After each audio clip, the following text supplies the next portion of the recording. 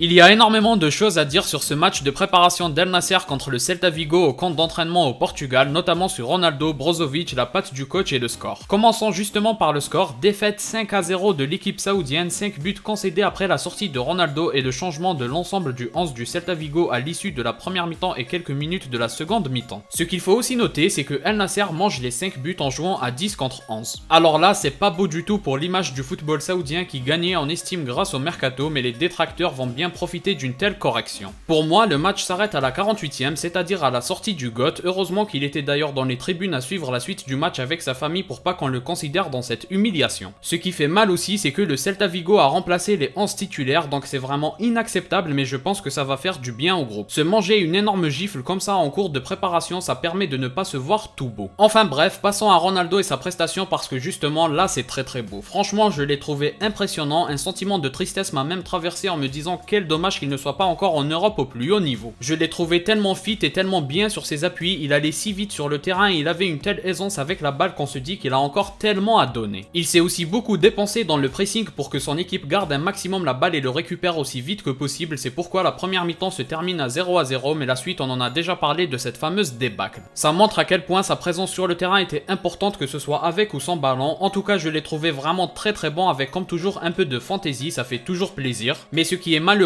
et vraiment dommage, c'est qu'il n'ait pas réussi à concrétiser sa bonne performance avec un but. Il a eu l'opportunité de le mettre pourtant, mais il rate une tête qu'il n'a pas l'habitude de rater. Il s'est plaint de la lumière des projecteurs qui l'auraient aveuglé pour mieux placer sa tête. Laissons-lui le bénéfice du doute, mais en tout cas ce qu'il faut retenir c'est sa très bonne prestation. Et sinon, il y a d'autres motifs d'espoir pour aider Ronaldo à porter cette équipe. Il s'agit de Brozovic qui a montré qu'il était au-dessus du lot. C'était également du très lourd avec lui. Il a une telle aisance à jouer lent et court, c'est tellement important. Il arrive à fluidifier énormément le jeu avec aisance et facilite les sorties de balles. Rien que cet échantillon d'une seule mi-temps me fait valider à 100% ce transfert. Par contre, en ce qui concerne l'entraîneur Luis Castro, je le considère fautif d'une telle débâcle et d'une mauvaise gestion du match à 10 contre 11. Ce qui va dans son sens, c'est que quand Ronaldo était sur le terrain, on avait l'impression que l'équipe était bien huilée avec ballon. Mais on a aussi pu constater que sans ballon, il y a beaucoup de choses à travailler. Bref, j'ai trouvé Ronaldo au top de sa forme physique et c'est ça le plus important. Ça veut dire qu'on aura le meilleur du GOAT pour la saison à venir. Et d'un point de vue personnel, ça me fait tellement plaisir de revoir Ronaldo sur le terrain et de reparler football que ça me suffit à être heureux. Dites-moi en commentaire comment vous avez trouvé le GOAT sur ces premières minutes de cette nouvelle saison. Et je vous invite bien sûr également à mettre un like et à me suivre pour ne rien rater.